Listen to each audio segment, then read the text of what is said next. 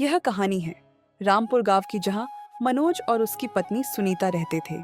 मनोज एक गरीब लेकिन ईमानदार और मेहनती व्यक्ति है। मनोज की पत्नी सुनीता समझदार और सहनशील महिला है।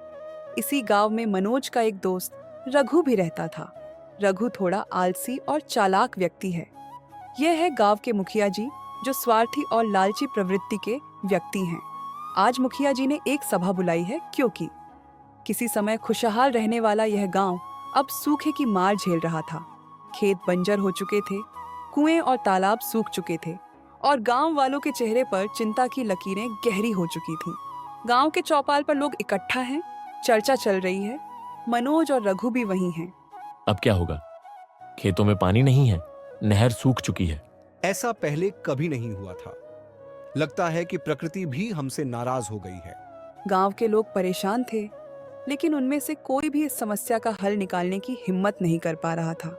हमें कुछ करना होगा। हाथ पर हाथ रखकर बैठने से कुछ नहीं होगा। लेकिन करेंगे क्या मनोज? बारिश लाने की हमारी ताकत तो नहीं है। अरे सब्र रखो, समय के साथ सब ठीक हो जाएगा। जब बारिश होगी तब खेत फिर से लहलहाएंगे। तभी गांव का एक बुजुर्ग व्यक्ति चौपाल पर आता है।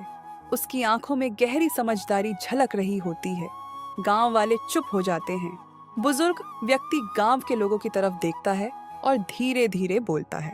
वर्षों पहले हमारे पूर्वजों ने एक रहस्यमयी जंगल के बारे में बताया था। वे कहते थे कि वहां एक जादुई झरना है जो कभी नहीं सूखता। जादुई झरना? हाँ, लेकिन वहां जाना आसान नहीं है।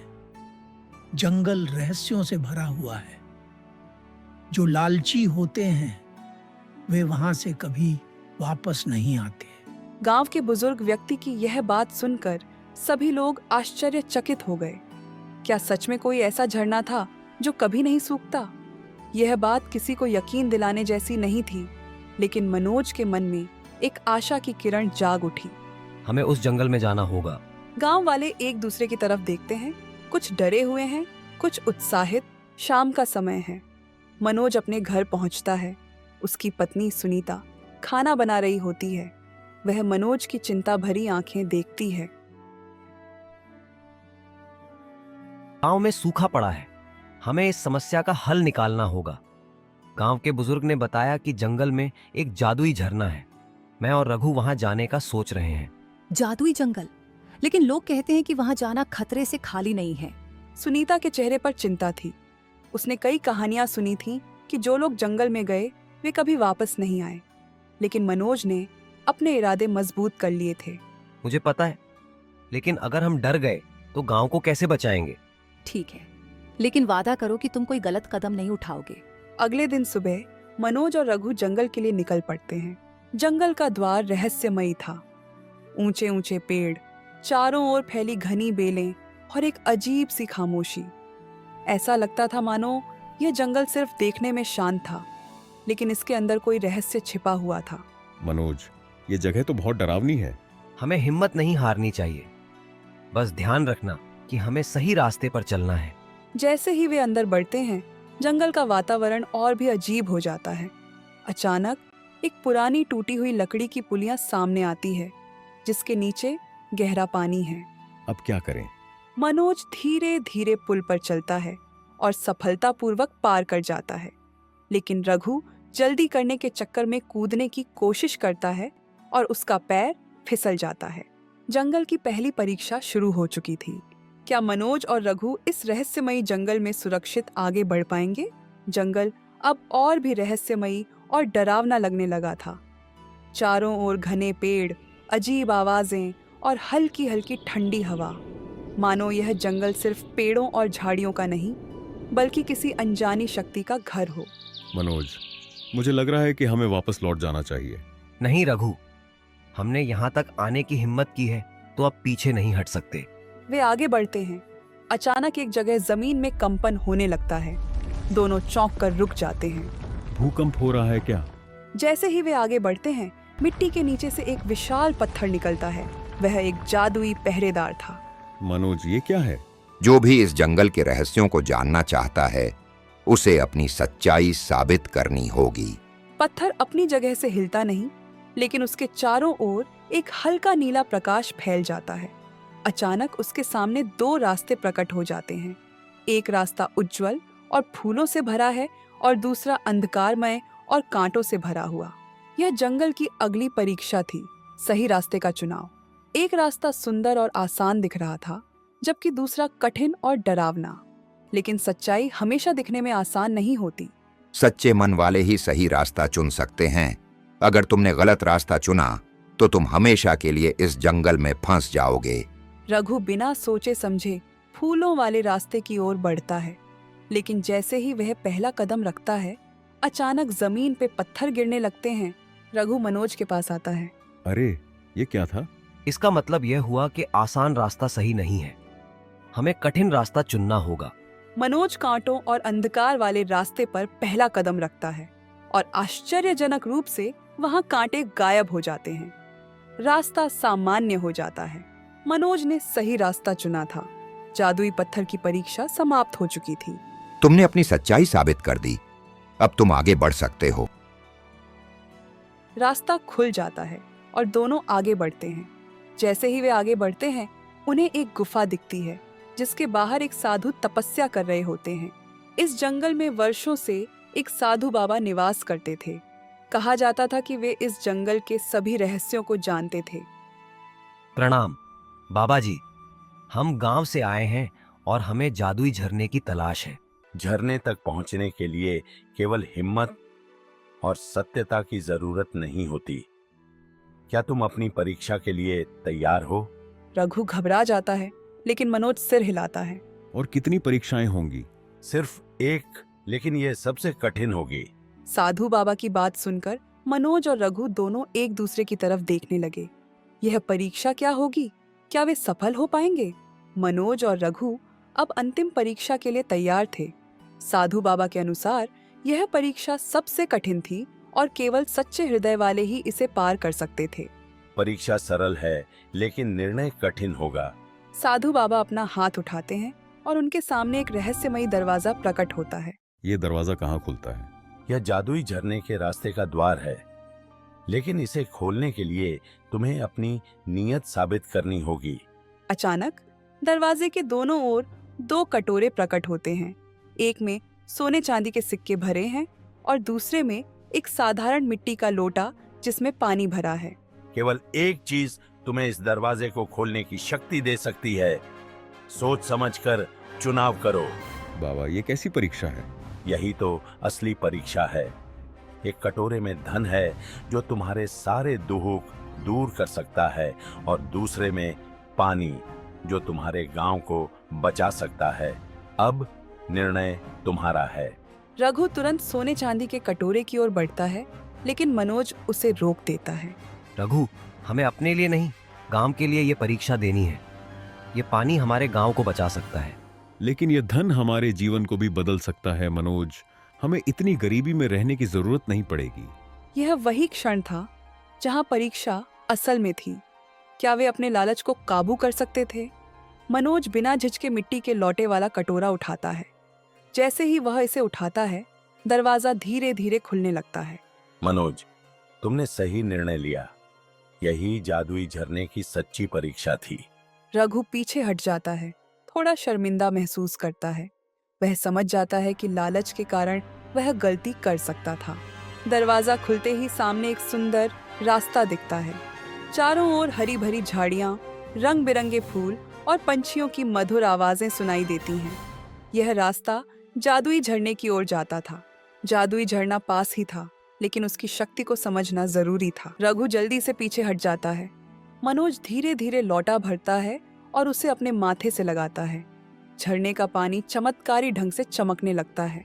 अब इसे लेकर अपने गांव जाओ, लेकिन याद रखना, यदि कोई इस पानी का दुरुपयोग करेगा तो इसका असर खत्म हो जाएगा। मनोज सिर झुकाकर प्रणाम करता है। गांव में सभी लोग बेचैनी से मनोज और रघु के लौटने का इंतजार कर रहे हैं। जैसे ही वे गांव में पहुंचते हैं, सभी लोग दौड़कर उनके पास आते हैं। मनोज, क्या तुमने झरने का पानी लाया? हाँ, और ये हमारे गांव की आखिरी उम्मीद है। मनोज गांव के सूखे तालाब में पानी डालता है। देखते ही देखते तालाब भरने लगता है। मनोज और रघु की मेहनत रंग लाई।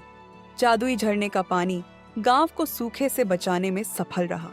खेत हरे भरे होने लगे, तालाब पानी से भर गए और गांव वालों के चेहरे पर फिर से खुशियां लौट आईं। मनोज, तुमने जो किया वह हम सब के लिए एक सीख है। हमें हमेशा लोभ से बचकर भलाई का रास्ता अपनाना चाहिए। मनोज और सुनीता मुस्कुराते हैं। रघु भी अपनी गलती समझ चुका था। इस कहानी से हमें यह सीख मिलती है कि लोभ हमेशा बुरा परिणाम देता है, लेकिन सच्चाई और ईमानदारी का रास्ता अंत में विजय दिलाता है। मनोज ने लालच से दूर रहकर गांव की भलाई को चुना और इसीलिए उसे सफलता मिली। यह कहानी है एक छोटे से गांव की, जहां हर कोई मेहनत और ईमानदारी से अपना जीवन यापन करते थे। लेकिन हर समाज में कोई न कोई ऐसा व्यक्ति होता है जो शॉर्टकट अपनाने की फिराक में रहता है। यह कहानी भी ऐसे ही एक लालची व्यक्ति मनोज की है, जिसे बिना मेहनत के अमीर बनने की जल्दी थी। पर क्या वह अपने लालच में सफल हुआ या उसे इसकी भारी कीमत चुकानी पड़ी? चलिए जानते हैं। मनोज भाई, आज बहुत सुहाना मौसम है। खेतों में काम करने का बड़ा मन हो रहा है। अरे राजू, इतनी मेहनत से क्या मिलता है? बस थोड़े से पैसे और थकान।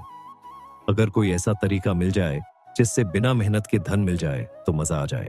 मनोज की सोच हमेशा से यही थी। उसे मेहनत से नहीं बल्कि तुरंत लाभ होने वाले तरीकों में रुचि थी। इसके विपरीत राजू को मेहनत और ईमानदारी से मिलने वाले फलों पर विश्वास था। मेहनत से ही सच्चा फल मिलता है भाई। बिना मेहनत के धन का कोई मूल्य नहीं होता। तू अपनी मेहनत से खुश रहे। मुझे कोई ऐसा रास्ता निकालना है जिससे जल्दी अमीर बन जाऊं। गांव के मुखिया जी वहां आते हैं और दोनों की बातें सुन लेते हैं। मनोज, लालच बहुत बुरी चीज होती है। इससे हमेशा नुकसान ही होता है। तुम्हें मेहनत करनी चाहिए। मुखिया जी, जब तक भाग्य मेरे साथ है तब तक मुझे मेहनत की जरूरत नहीं। गांव के बाहर एक महान संत तपस्या कर रहे थे। कहा जाता था कि उनकी कही हुई बातें कभी व्यर्थ नहीं जाती। गांव के लोग उनकी वाणी को आदर देते थे और आशीर्वाद लेने के लिए उनके पास जाते थे। वत्स, क्या तुम लोग मुझसे कुछ पूछना चाहते हो? महात्मा जी, हमें जीवन का सच्चा मार्ग बताइए। महात्मा जी, क्या कोई ऐसा तरीका है जिससे बिना मेहनत के बहुत सारा धन और ऐशो आराम मिल सके? लालच इंसान को अंधा बना देता है, लेकिन यदि तुम सच में इसे परखना चाहते हो तो मैं तुम्हें एक वरदान दे सकता हूँ। हाँ महात्मा जी, मुझे वरदान दीजिए। कल सुबह सूरज उगने के साथ ही तुम्हारे जीवन में एक नया अवसर आएगा। पर ध्यान रखना, लालच के रास्ते पर चलने से पहले सोच लेना। साधु यह कहकर ध्यान में लीन हो जाते हैं। साधु की बातों को हर कोई अलग अलग तरीके से समझ रहा था। जहां राजू ने इसे एक सीख के रूप में लिया, वहीं मनोज ने इसे अपने सपनों को पूरा करने का रास्ता समझा। लेकिन क्या यह वाकई एक अवसर था या यह लालच की ओर बढ़ने का एक संकेत? यही जानने के लिए कहानी को आगे बढ़ाते हैं। अगली सुबह मनोज गांव के बाहर टहल रहा होता है। अचानक उसे एक चमकता हुआ फल दिखाई देता है। वह चौंक कर रुक जाता है। यह क्या है? इतना चमकदार फल। साधु महाराज ने कहा था कि एक नया अवसर मिलेगा। कहीं यही तो नहीं? मनोज की लालची प्रवृत्ति उसे इस फल को उठाने के लिए मजबूर कर रही थी। उसने बिना कुछ सोचे समझे उस फल को उठा लिया। मनोज फल को हाथ में लेते ही एक अजीब सी ऊर्जा महसूस करता है। उसे ऐसा लगता है जैसे उसकी सारी इच्छाएं पूरी हो जाएंगी। वह खुशी से झूम उठता है। अब मैं सबसे अमीर बन जाऊंगा। मुझे किसी की जरूरत नहीं। लेकिन उसे यह नहीं पता था कि यह जादुई फल सिर्फ उसकी इच्छाएं पूरी नहीं करेगा, बल्कि उसके लालच को और बढ़ा देगा। क्या यह फल मनोज के लिए वरदान साबित होगा या एक बड़ा अभिशाप? यह कैसा चमकता हुआ फल है? साधु बाबा ने तो कहा था कि यह फल विशेष शक्तियों से भरा है। अगर मैं इसे खाऊं तो क्या होगा? मनोज कुछ देर तक फल को देखता है, फिर उसका आधा भाग खा लेता है। अचानक उसकी झोपड़ी सोने के महल में बदल जाती है। उसके कपड़े रेशमी हो जाते हैं और उसकी झोली धन से भर जाती है। अरे वाह, ये तो सचमुच जादुई फल है। अब मैं राजा जैसा रह सकता हूँ। गांव में सभी लोग मनोज के इस परिवर्तन को देखकर आश्चर्यचकित रह जाते हैं। वह अब ऐशो आराम की जिंदगी जीने लगता है और धीरे धीरे घमंडी बन जाता है। ये कैसे संभव हुआ? मनोज के पास अचानक इतना धन कहाँ से आया? मनोज, यह जादुई चीजें हमेशा स्थायी नहीं होती। तुम्हें मेहनत से कमाई करनी चाहिए, न कि किसी चमत्कार पर निर्भर रहना चाहिए। अरे राजू, तुम हमेशा उपदेश देते रहते हो। अब मैं इस गांव का सबसे अमीर आदमी हूँ, मुझे किसी की सलाह की जरूरत नहीं। मनोज ने अपने जीवन का सबसे बड़ा अवसर पाया था, लेकिन उसके मन में लालच की आग और बढ़ने लगी थी। क्या यह शक्ति उसे सचमुच सुखी बनाएगी? गांव में मनोज अब पूरी तरह बदल चुका है। वह अपने पुराने दोस्तों से बात तक नहीं करता, अपनी नई संपत्ति और ऐशो आराम में मग्न रहता है। लेकिन उसकी भूख बढ़ती ही जा रही है। अब मेरे पास सब कुछ है, लेकिन और ज्यादा क्यों ना हो, मैं इस गांव का सबसे बड़ा आदमी बनूंगा। मनोज अपनी इच्छाएं बढ़ाता जाता है, लेकिन जितना अधिक वह मांगता है उतना ही वह असंतुष्ट रहता है। उसके दिल में संतोष नाम की कोई चीज नहीं बची। मनोज को यह एहसास नहीं था कि उसका लालच उसकी आत्मा को धीरे धीरे खा रहा था। उसके पास सब कुछ था, लेकिन फिर भी वह अधूरा महसूस कर रहा था। एक दिन गांव में वही साधु वापस आते हैं। लोग उनका स्वागत करते हैं, लेकिन इस बार वे बहुत गंभीर दिखते हैं। लालच का फल तुम्हें बहुत कुछ दे सकता है, लेकिन यह तुम्हें खुश नहीं रख सकता। मनोज, तुम्हारी आत्मा में असंतोष क्यों बढ़ रहा है? महात्मा जी, मैं खुश नहीं हूँ। मेरे पास सब कुछ है, फिर भी मुझे और चाहिए। मुझे शांति नहीं मिल रही। क्योंकि यह फल तुम्हारे भीतर केवल इच्छाएं बढ़ा रहा है, संतोष नहीं। अब समय आ गया है कि तुम अपने कर्मों का परिणाम देखो। साधु की यह बात सुनकर मनोज बेचैन हो जाता है। अचानक मनोज की संपत्ति गायब होने लगती है। उसके हाथों से जादुई फल गिर जाता है और गायब हो जाता है। ये क्या हो रहा है? मेरा धन कहाँ जा रहा है? मेरा सब कुछ बर्बाद हो रहा है। यही लालच का असली परिणाम था। जितनी जल्दी मनोज अमीर बना, उतनी ही जल्दी वह वापस उसी स्थिति में आ गया। गांव के लोग यह सब देखते हैं और दुखी होते हैं। मुखिया जी और राजू पास आकर मनोज को समझाने लगते हैं। मनोज, मैंने तुमसे कहा था कि लालच बुरी चीज है। अब देखो, तुम्हारे पास कुछ भी नहीं बचा। इस संसार में मेहनत का कोई विकल्प नहीं है। यदि तुमने परिश्रम किया होता तो यह दिन न देखना पड़ता। मनोज अब पूरी तरह टूट चुका है। वह साधु के पैरों में गिरकर माफी मांगता है। महात्मा जी, मुझे क्षमा कर दीजिए। मैंने बहुत बड़ी भूल कर दी। तुम्हें अपनी गलती का एहसास हो गया, यही सबसे बड़ी सीख है। जाओ, मेहनत करो और सच्चे जीवन का आनंद लो। मनोज अब पूरी तरह बदल चुका है। वह राजू के साथ मेहनत करने लगता है। अब उसे समझ आ गया कि असली सुख मेहनत में ही है। मनोज को अंततः समझ आ गया कि लालच से कुछ नहीं मिलता, बल्कि मेहनत और संतोष से ही जीवन का असली आनंद मिलता है। उसने अब अपने जीवन को सुधारने का निश्चय कर लिया था। गांव में फिर से शांति छा जाती है और मनोज एक